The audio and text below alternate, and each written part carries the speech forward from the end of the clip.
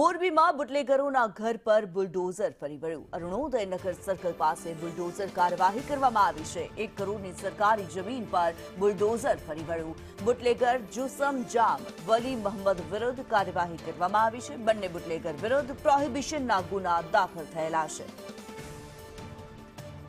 જગદીશ પરમાર વધુ વિગતો સાથે જોડાયા છે। જગદીશ, બુટલેગરોના ઘર પર બુલડોઝર કાર્યવાહી કરવામાં આવી છે, શું માહિતી?